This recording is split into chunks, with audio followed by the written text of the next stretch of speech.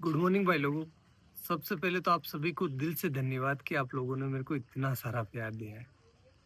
अब आप पूछ सकते हो कि सोनू भाई आप इतने दिनों से कहाँ थे, क्या कर रहे थे, आपके साथ क्या हुआ क्या नहीं हुआ। तो भाई लोगों सच बता रहा हूँ, पिछले 60 दिनों से मैं अपने घर पर बैठकर रो रहा हूँ। बहुत सारी एंजाइटी फील कर रहा हूँ और बहुत कुछ हो रहा है, मतलब क्योंकि मेरी जिंदगी बर्बाद हो चुकी है। अब मेरे पास कुछ भी नहीं है करने को। क्या हुआ है मेरे साथ, कुछ अलग हुआ है मेरे साथ, जिस वजह से जो भी मैं था ना वो खत्म हो गया है। कैसे हुई है मेरी जिंदगी बर्बाद, ये जानना है आपको अगर, या फिर मेरे को मैं बताऊं कि मैं बता सकता हूँ आपको कि मेरी जिंदगी कैसे बर्बाद हुई है, तो उसके लिए मेरी जिंदगी जाननी पड़ेगी कि सोनू ने स्ट्रगल करके क्या अपने जीवन में हासिल किया था और उसके पास अब वो नहीं है। सोनू जिंदा रहने के लिए भी संघर्ष करा है सोनू भाई ने, जिंदा रहने के लिए। तो मैं बताता हूँ आपको कि मेरी जिंदगी कैसी थी, तब आपको भी समझ में आएगा कि मैंने क्या खोया है और मैं ऐसा क्यों सोच रहा हूँ कि मेरी जिंदगी बर्बाद हो गई है।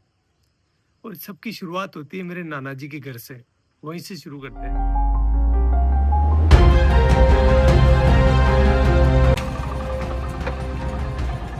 गाइज ये है मेरे नाना नानी का घर, जहां पर मेरा जन्म हुआ था। चलो अंदर चलकर देखते हैं कौन कौन है।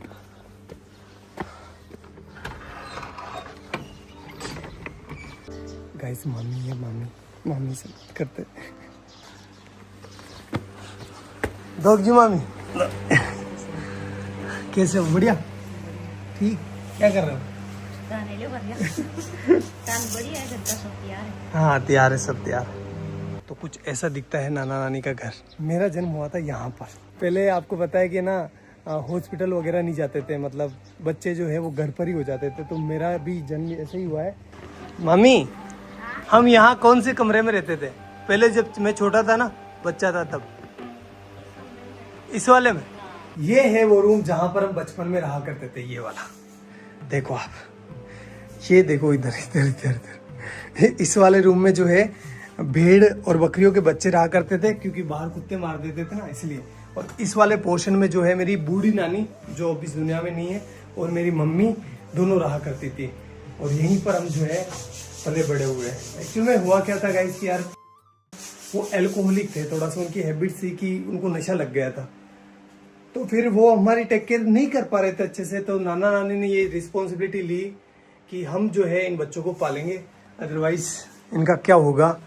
तो उन्होंने हमें यहाँ लेकर आए और यहीं पर जो है मम्मी अपना काम करती थी, साथ ही साथ हमारा पालन पोषण यहीं हो रहा था।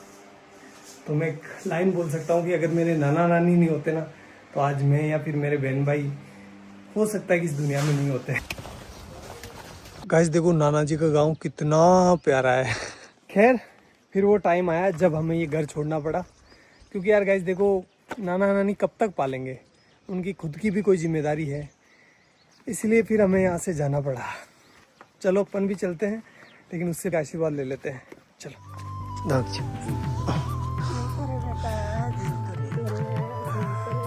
मेरी नानी है, आपको बाद में बताऊंगा इनके बारे में भी। और अपने गांव आते ही हमें घरेलू परिस्थितियों के कारण अपने घर नहीं घुसने दिया गया, इसलिए हमने बड़े पापा की कोठी का चुनाव किया। म्याऊ म्याऊ।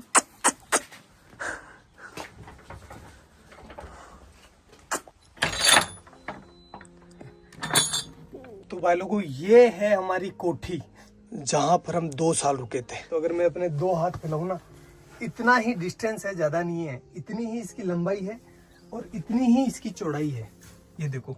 और हाइट आप देख सकते हो, बस इतना ही है। मेरी हाइट थोड़ी कम है, इस वजह से यहाँ पर जगह भी कम रह गई थी। केवल यहाँ पर एक छोटा सा मचान बिछाने के लिए जगह थी। और ऊपर से जो है बरसात का पानी टिपकता नहीं था, बरसात का पानी गिरता था, क्योंकि ये छत है ना थोड़ी नीचे है। और यहाँ पर आप देख सकते हो नीचे जो इसका फर्श है ना, फर्श वो बना हुआ था गोबर और मिट्टी का। इस वजह से यहाँ पर कभी कभी सांप आ जाया करते थे, अपने घर बना लिया करते थे। और भाई लोगों इस घर में हमें जिंदा रखने की जिम्मेदारी आ गई हमारे मम्मी के कंधों पर। और इस वजह से पहले भी काम किया उन्होंने, लेकिन उन्होंने 10 रुपए मजदूरी में काम चालू कर दिया। 10 रुपए में से 5 रुपए के वो हमारे लिए चावल लेकर आती थी। मैं लेकर आया हूँ आपको बताने के लिए कि उस टाइम कितने चावल आते थे। इतने चावल आते थे 5 रुपए के। तो इन चावलों से वो हमारा पेट भरती थी, तीनों बहन भाइयों का सॉरी, और खुद भूखी सो जाती थी कि मेरे बच्चों का पेट भर जाए, बस बहुत है, मैं तो निकाल लूंगी रात। और हम ना समझते उस टाइम, तो हम नहीं समझ पा रहे थे कि हमारी माँ जो है वो भूखी सो रही है। हम तो बस अपना पेट भरने का ध्यान दे रहे थे। लेकिन मेरी मम्मी जो है उस टाइम बिना कुछ खाए भूखी सो रही थी। एक जो कटोरी होती है आटे की, उसको संभाल के रख रही थी कि जब बुरा टाइम आएगा तो मैं अपने बच्चों को खिलाऊंगी। खुद कुछ नहीं खा रही थी, एक टाइम खाना खाती थी पूरे दिन में वो, और कंटिन्यूस काम कर रही थी वो।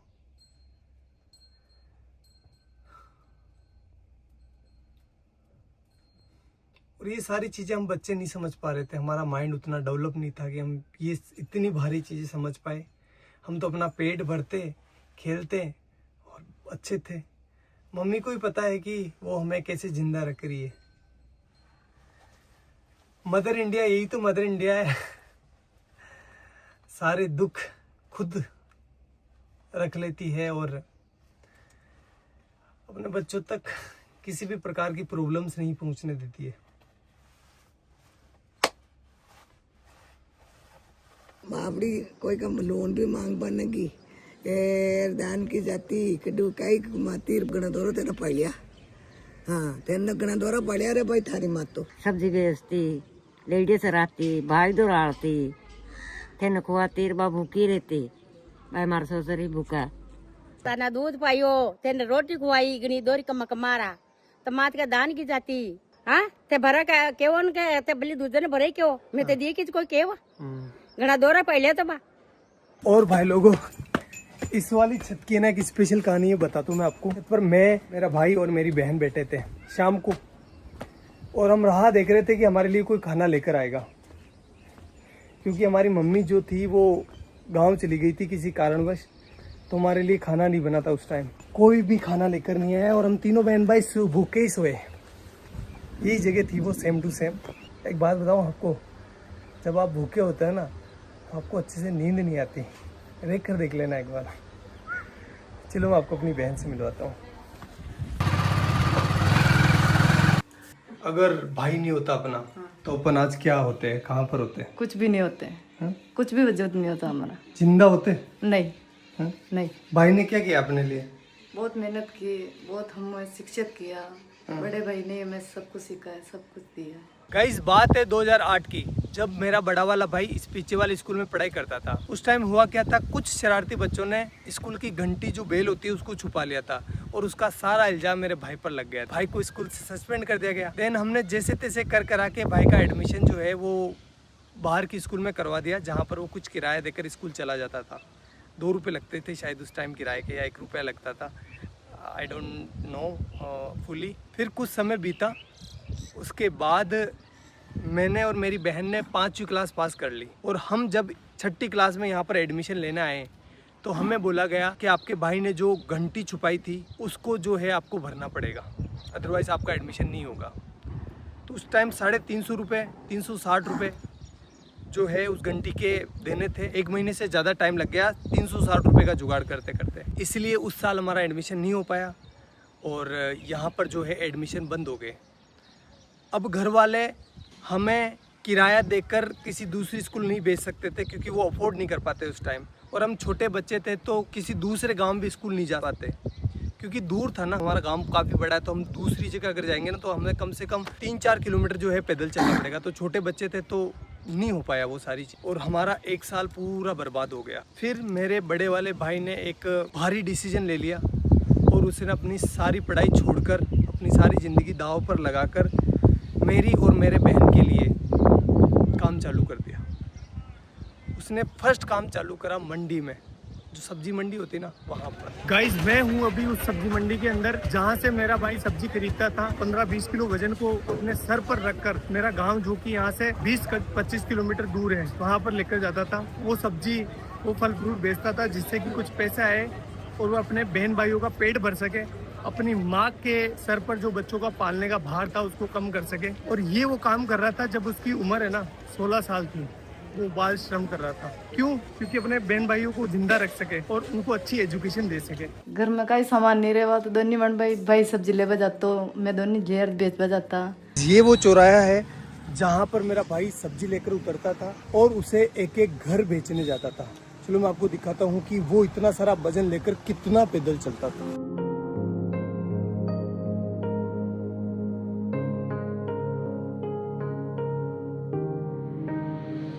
उस 20 किलो वजन को अपने सर पर रखकर इन घरों में घूम घूम कर सब्जियां बेचता था। इस काम में कुछ लोग पैसे नहीं देते थे, मतलब सब्जियां उधार ले लेते थे और फिर बोलते थे कल ले लेना, परसों ले लेना। भाई लोगों एक बार की बात है, सामने जो पाबूजी महाराज का मंदिर दिखाई दे रहा है ना, उनके बारे में ऐसा बताया गया, जो लड़के बैठे होते हैं ना चौराहे पर, बदमाश नहीं बदमोश, उन्होंने ऐसा बोला कि मेला है पाबूजी महाराज का, तो इस दिन इस डेट को पाबूजी महाराज का मेला है, तो तुम अपनी सब्जियां और फल फ्रूट लेकर आ जाना यहाँ पर। तो हमने सोचा अच्छा है कि हमारा जो है फल फ्रूट बिक जाएगा और हमारा कुछ बेनिफिट हो जाएगा। हम आए तीनों बहन भाई, तो यहाँ पर आकर देखा तो कोई मेला नहीं था और उन्होंने थोड़े से हमसे फल फ्रूट ले लिए और हमको डरा धमका के भगा दिया।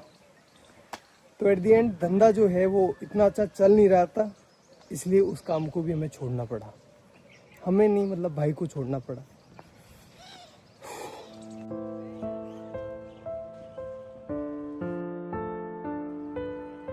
और गाइस फिर मेरे भाई ने खिलौनों की दुकान पर काम चालू कर दिया, जहां पर उनकी सैलरी थी 50 रुपए पर डे, यानी 1500 रुपए पर मंथ।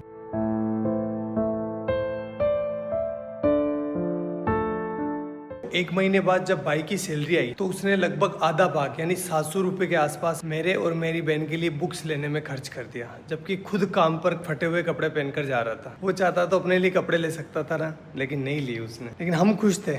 क्यों खुश थे? क्योंकि पहली बार रजिस्टर आया था, पहली बार हेल्प बुक आई थी, अब हमारे भी अच्छे दोस्त बनेंगे।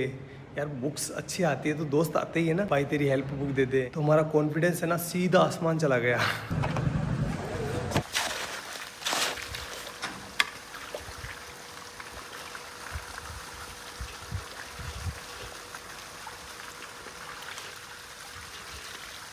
भाई लोगों अब मेरी बारी थी, जो भी मैंने लिया है ना उसको वापस रिटर्न करने की, इसलिए मैं काम करने लग गया। साथ ही साथ अब बड़ा हो गया था, इसलिए मैं अजमेर वाली स्कूल में जाने लगा बस से, और वो भी साइंस बायो पढ़ने। तो बताता हूँ मैं आपको ये मैंने कैसे किया। गाइस ये जो सामने सीमेंट की फैक्ट्री देख रहे हो ना, इसकी दीवार बनाई है ये वाली, ये गाइस ये मैंने अपने हाथों से डलवाई है। अब तो खराब भी होने लग गई, बताओ ये। भाग भाग सोनू भाग भाग भाग भाग। गाइस अब तो मैं भाग भी नहीं पा रहा हूँ। पहले ना इतना दूर, लगभग ये होगा 600 मीटर दूर, एक पूरा सीमेंट का कट्टा जो कि 50 kg वेट का, यहाँ पर पटक कर अपने कंधे पर, और एक साइड जो है ना वो चिमनी लगी हुई है, वहाँ से लेकर उस वाले कोने से जहाँ से अपन आए थे ना वहाँ पर लेकर जाता था। अरे भगवान, इसका ठेकेदार इतना खड़ूस था। जब मैं बोलता था ना, मैं छोटा था तो दर्द तो होता है यार, 50 किलो का कट्टा लेकर जाता था तो पेन हो रहा था मेरे को। तो मैंने बोला सर कि मेरे से ना ये लेकर नहीं जा पा रहा हूँ मैं इसको। तो बोला कि काम पर क्यों आया है, पैसे किस बात के मिलेंगे, ऐसे बोलते थे। करना पड़ता था भाई। तो ये वाला काम तो मेरे को ज़िंदगी भर याद रहेगा, क्योंकि वो सीमेंट के कट्टों ने मेरी रीढ़ की हड्डी में प्रॉब्लम कर दी। गाइज ये जो आप बिल्डिंग देख रहे हो ना, ये हमने बनाई है एक मजदूर के तौर पर। और गाइज ये वाली जो टंकी आपको दिखाई दे रही है, ये नहीं बनवाई है। हाँ, ये जो दीवार आप देख रहे हो ना, ये सब कुछ। भाई लोगों, भैंस चराते टाइम बायोलॉजी पढ़ने का मजा ही कुछ अलग होता है, क्योंकि एग्जाम्पल यहाँ पर सामने होते हैं। जब एक बगुला है ना भैंस के आसपास होता है तो उसका मतलब ये है कि वो सेब पोजीता कर रहा है। क्योंकि आप देख सकते हो जहाँ पर भैंसें चल रही है ना, उसके पास एक बुगला है। ये देखो बुगला है। क्योंकि जब भैंस चारा खाती है ना, तो चारा हिलने की वजह से उसके अंदर जो कीड़े होते हैं वो बाहर निकल जाते हैं, और ये बुगला उनको खाकर पेट भर लेता है। ये दो जीवों का एक संबंध है, जिसमें एक को कोई भी घाटा नहीं होता और दूसरे को फायदा हो जाता है। प्रेरित धाराओं से उत्पन्न होने वाले चुंबकीय क्षेत्र का मान सदैव इस प्रकार होता है कि वो उन कारणों का विरोध करता है जिसके कारण इसकी स्वयं की उत्पत्ति हुई है। अरे डब डब डब, डब जा।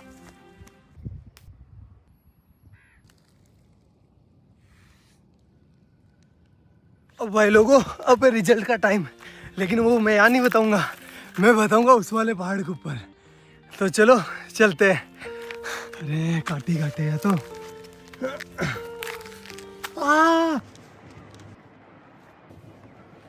अब भाई लोगों, मेरा आ गया 12th का रिजल्ट। परसेंटेज तो कम ही बना है, फिर भी मैं आपको बता देता हूँ।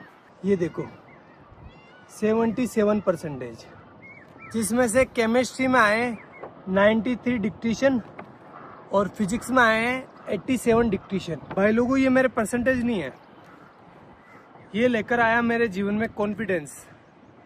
अभी तक भी मेरे जीवन में कोई हार्ड काम आता है ना, तो मेरे को अंदर से आवाज़ होती है कि तू कर लेगा, डर मत, तू कर लेगा। लेकिन इस बार है ना, मेरे को सोनू का सूरज डूबता हुआ दिखाई दे रहा है।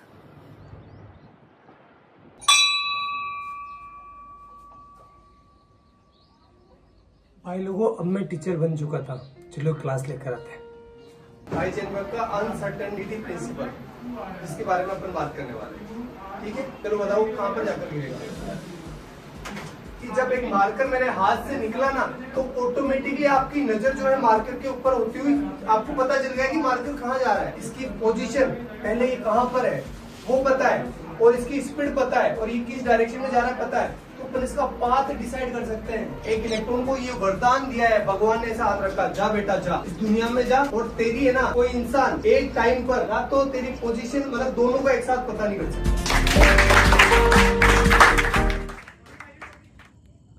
फिर ऐसे करते करते मैं टीचर बन गया, और मेरे पास बहुत काम था। 3-4 कोचिंग ऑफलाइन जाता था, 1-2 ऑनलाइन थी, मतलब मस्त। और जो भी चीज़ें मैंने अपने परिवार के लिए सोची थी, भाई के लिए, मम्मी के लिए, वो मैं कर रहा था अच्छे से, कोई दिक्कत नहीं थी। उसी टाइम मेरे पास आया भैया का कॉल सीधा टीम से भैया का कॉल। इतना खुश हो गया था मैं यार, भैया का, इतने बड़े आदमी का कॉल डायरेक्ट आया था मेरे पास।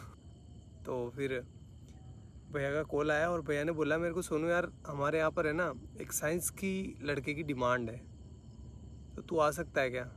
मैंने बोला ठीक है भैया, मैं कर लूँगा, कोई दिक्कत नहीं है। तो फिर मैंने वहाँ पर मतलब ऑफिस में पार्ट टाइम जॉब चालू कर दिया। 2-3 घंटे के लिए जाता था, केमिस्ट्री से रिलेटेड और फिजिक्स से रिलेटेड, मतलब ऑल ओवर साइंस का काम मैं संभालने लगा। और ऐसे करते करते करते करते 2 महीने निकले। 2 महीने के बाद भैया ने आगे से बोला मेरे को कि सोनू तो ऐसा कर, फुल डे ज्वाइन कर ले, सारा दिन काम कर, और पॉसिबल है तो कर ले। घर वालों से बात करी, घर वालों ने, मेरे बड़े वाले भाई से मैंने पूछा, तो उसने कहा कि यार देख तू ज्वाइन कर ले, कोई दिक्कत नहीं, अपने ही गांव के तो कोई प्रॉब्लम नहीं होगी। मैंने कहा ठीक है कर लेता हूँ, उसमें क्या दिक्कत है, आपने बोल दिया तो वो सब आपसे आगे क्या है, कोई नहीं, कुछ नहीं है। ऐसा करके मैंने टीम को ज्वाइन कर लिया, और फिर मेरा अच्छा शानदार टाइम आया। मैं बहुत अच्छा काम कर रहा था सभी चीज़ों में, मतलब पहले मैं साइंस से जुड़ा था, लेकिन अब मैं जो है ना वीडियो का एडिशन हो गया, और भी बहुत सारी चीज़ें हो गई। कैमरा के पीछे बहुत सारी चीज़ें चलती है ना, मतलब पत्थर उठाना खड्डे खोदना, सारे काम जो भी हो सकता है सब कुछ कर रहा था। Everything I can do, I do that.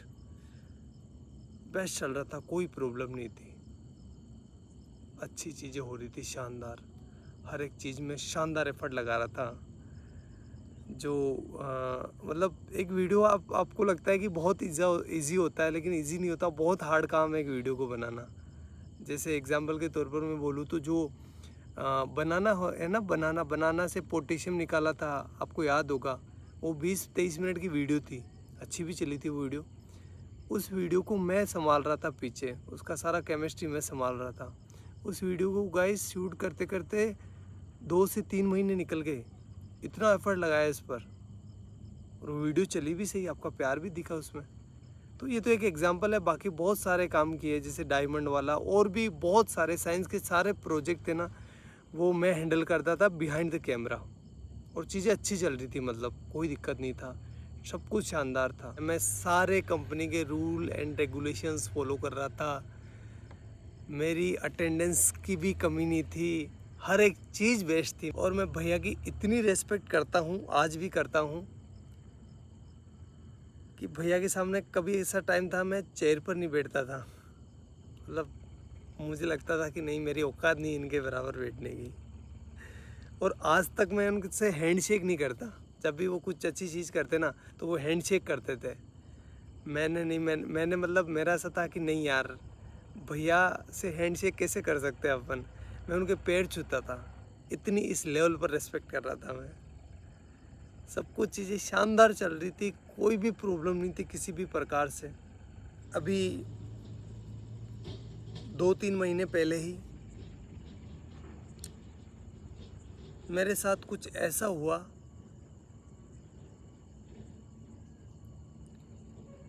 कि मैं अब आपको बता नहीं सकता। मैं पता नहीं कौन सी ज़िंदगी से निकल के आया हूँ, मेरे ये दिन कैसे निकले हैं मैं ही जानता हूँ।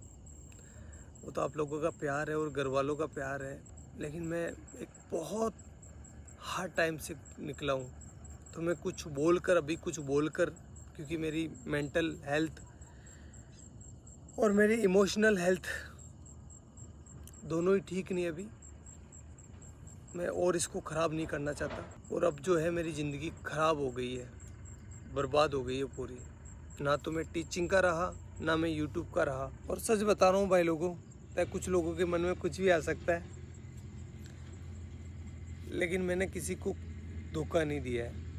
मैंने सिर्फ एक बार मौत को धोखा दिया था, जब मेरे को पानी में फेंक दिया गया था, छोटा था तब। तो उस टाइम मैं मरने से बचा था, बड़े वाले भाई ने बचाया था मेरे को। तो उस टाइम मौत को धोखा दिया है मैंने। बाकी मेरी ज़िंदगी में मैं किसी को सोच भी नहीं सकता। मतलब मेरी ज़िंदगी ख़राब हो गई है, पूरी बर्बाद हो गई है, मैं कहीं का ना रहा।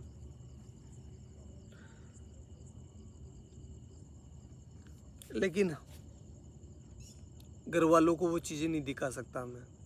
वो मेरी वजह से परेशान हो रहे थे, और आगे से मैं रहूँगा भी नहीं। ना तो आपके सामने रहूँगा, ना घर वालों के सामने रहूँगा। और साल भर तक मैं ट्राई करूँगा, अगर मेरे से ये हो जाता तो ठीक, अदरवाइज़ मैं जो है वापस अपने एजुकेशन फील्ड में चला जाऊँगा। और साथ ही जो है अपनी एजुकेशन को भी सुधारूँगा।